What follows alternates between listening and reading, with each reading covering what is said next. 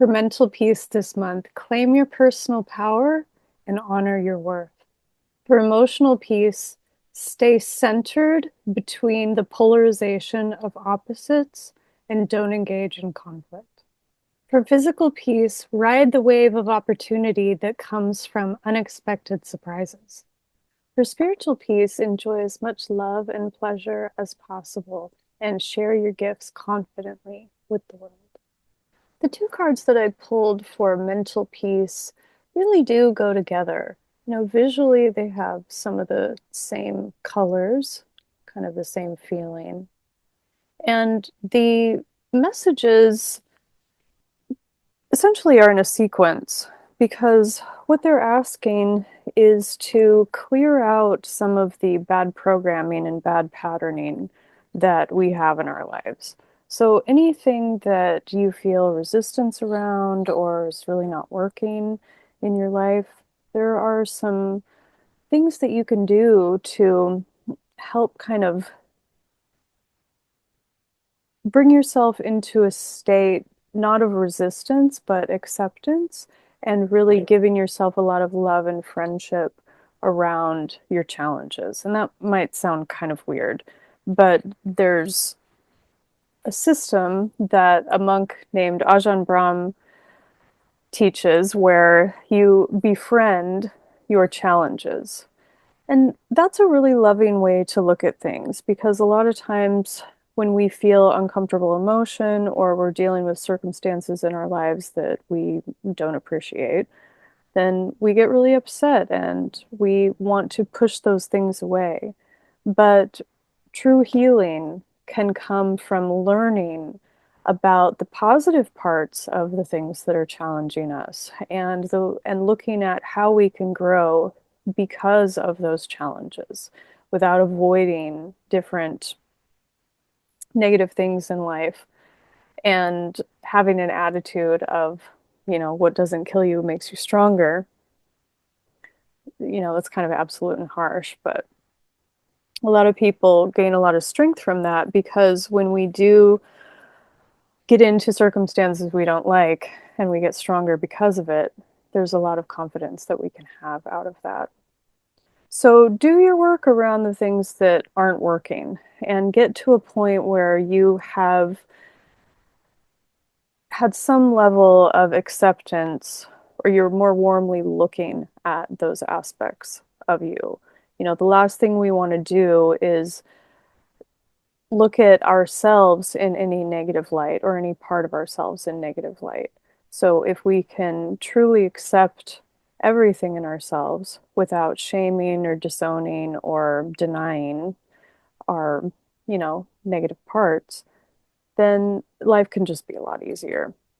And so that's the first stage. That's this shadow work part of the message. And then the second stage is to look at yourself and really honor how awesome you are and know that you have so much to give just in your presence.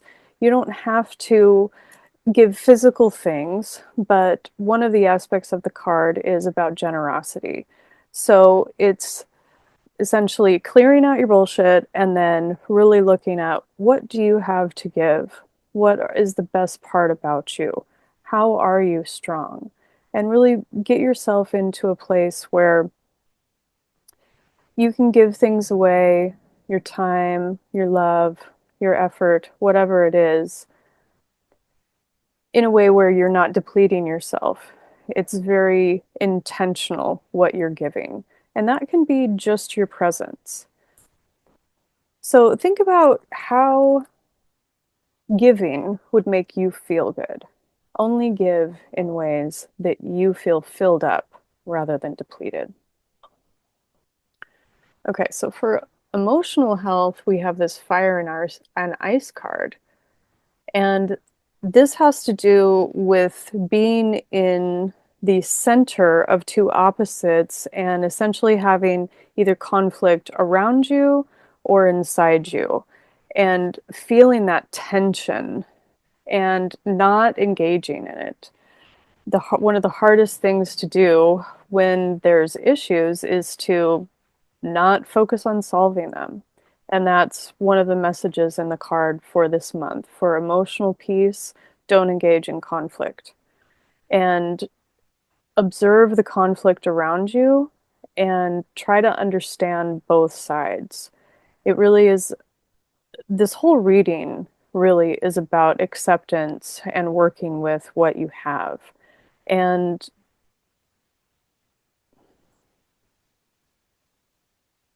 trying to find as much satisfaction with what you have as possible. So, say it's a chaotic month and things are just really difficult for you. The main thing that, or the best thing you can do is focus on yourself and really try to look at the conflict in a very stoic way where you're as objective as you can and you're truly trying to understand both sides from a mental point of view so that you can get out of some of that emotional charge.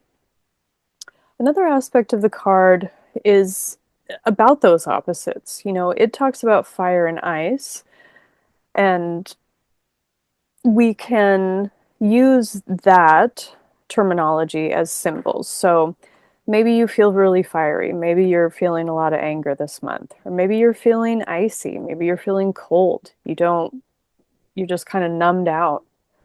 And one of the things that it says in the card is to kind of go towards one side or the other. If you're feeling like you really need to work on that fire side, then focus on that.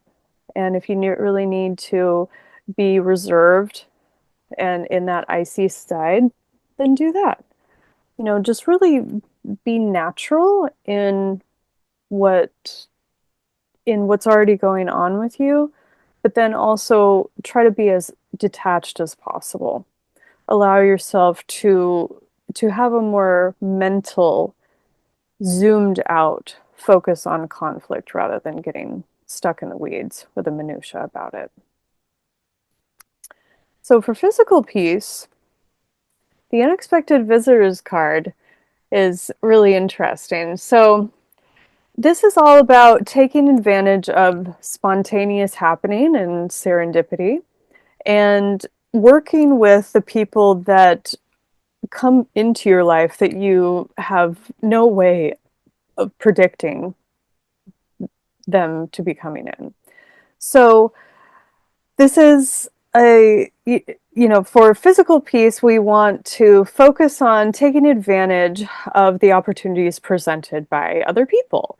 And this might be business, this might be personal, it could be around traveling, who knows. But something around your physicality, which I associate financial abundance. I loop that into physical peace because that has to do with our grounding and our material health. So it could be an opportunity that is presented to you that you have no idea about right now. And then it could be a bunch of other things. So look at how you are going to stay grounded so that you can have that energy and have that gusto to be able to take advantage of those surprise encounters and to go with the flow and ride the wave of opportunity. You may have something happen where you have a plan and something from the external world that has to do with a person essentially poses to disrupt this plan. And the oracle is saying, let it be disrupted. There's the time to stay steady and not open up to other possibilities, but that's not what should happen this month. The best thing you can do is to say, hey, I prepped really well for this, and now I'm going to see what else can happen. How can I expand? How can I make this bigger and better? And see what happens. I look forward to knowing what happens if you want to tell me how this applied to your life this month after the month is over. And here we are. So, confidence, Anahita. This goddess, she is voluptuous, and she is visible, she's seen, she's heard, she's dancing, she's active.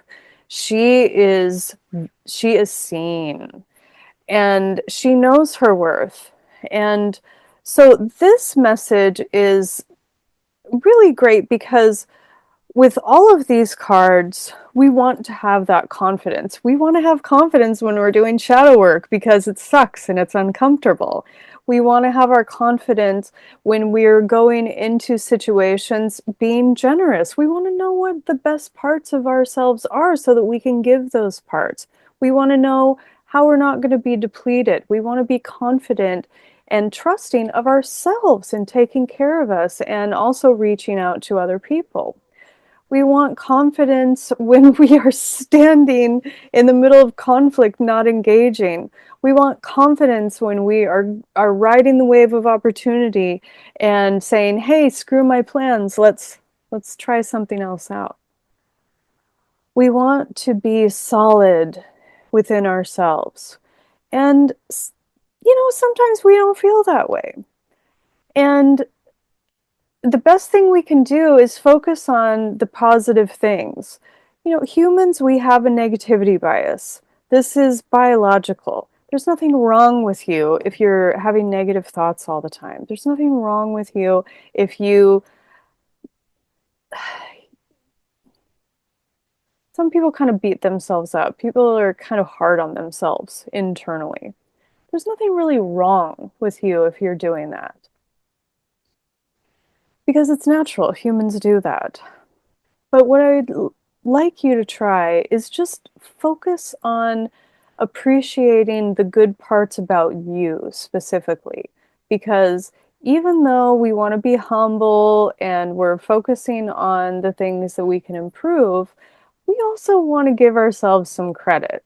So if you struggle with confidence, please, please, please write down a list of all the things that you like about yourself, all the accomplishments you've made, everything you've done, even if it turned out crappy or, maybe a relationship didn't work out, list yourself a list of, how much you have loved, what you've put into people, really engage with how how much quality you have as a person. And it just takes a little bit of time and focus to really do that. Try to engage in how grateful you are for yourself because it's really important to build ourselves up. The world will convince us that we don't matter, that we suck, that all of those things. And we can really take those in. But are they true? No. Everyone has beautiful, wonderful things inside them. And everyone has goodness, even if we've made mistakes, even if we've made horrible mistakes. We have goodness in us.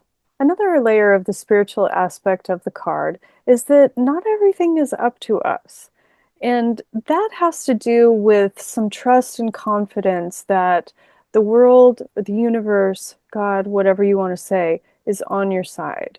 And that there are forces pulling for you, whether it be other people or the laws of the universe, that essentially the universe is conspiring in your favor, that things will work out, that you have the strength in you to meet that strength in the world and to have things happen well for you. So it's a self-trust message, and it's also a trust in the world and knowing that there is goodness out there, that there are people that really, really want you to win and succeed.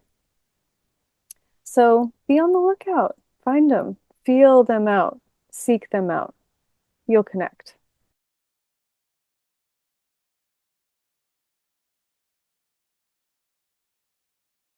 This is our deck.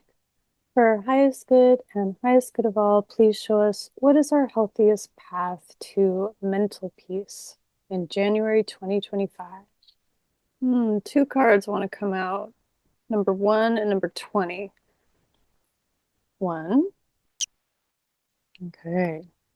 Generosity and shadow work. Aren't these cards beautiful? They are painted by an artist named Skye Morrison. Just absolutely in love with her work. Gotten to see some of it in person, and just pictures don't even do it justice. If you didn't think it could be cooler, it is.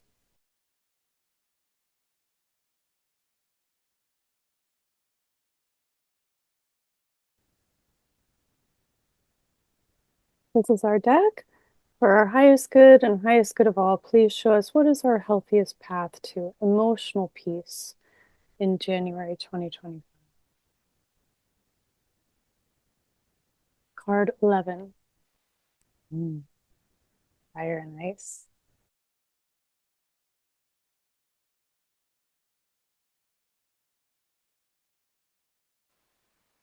This is our deck.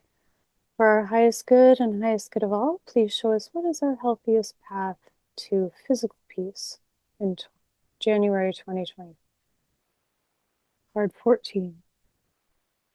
All right, what is 14? Unexpected visitors.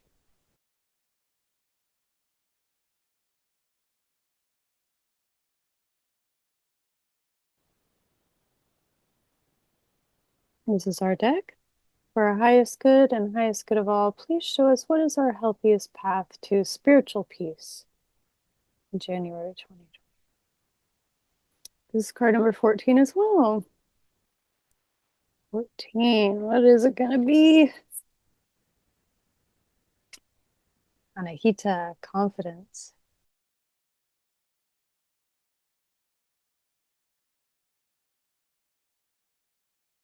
I hope it's a great start to the year for you, and I wish you as many moments of peace as you can possibly manage, and I wish you all the best blessings.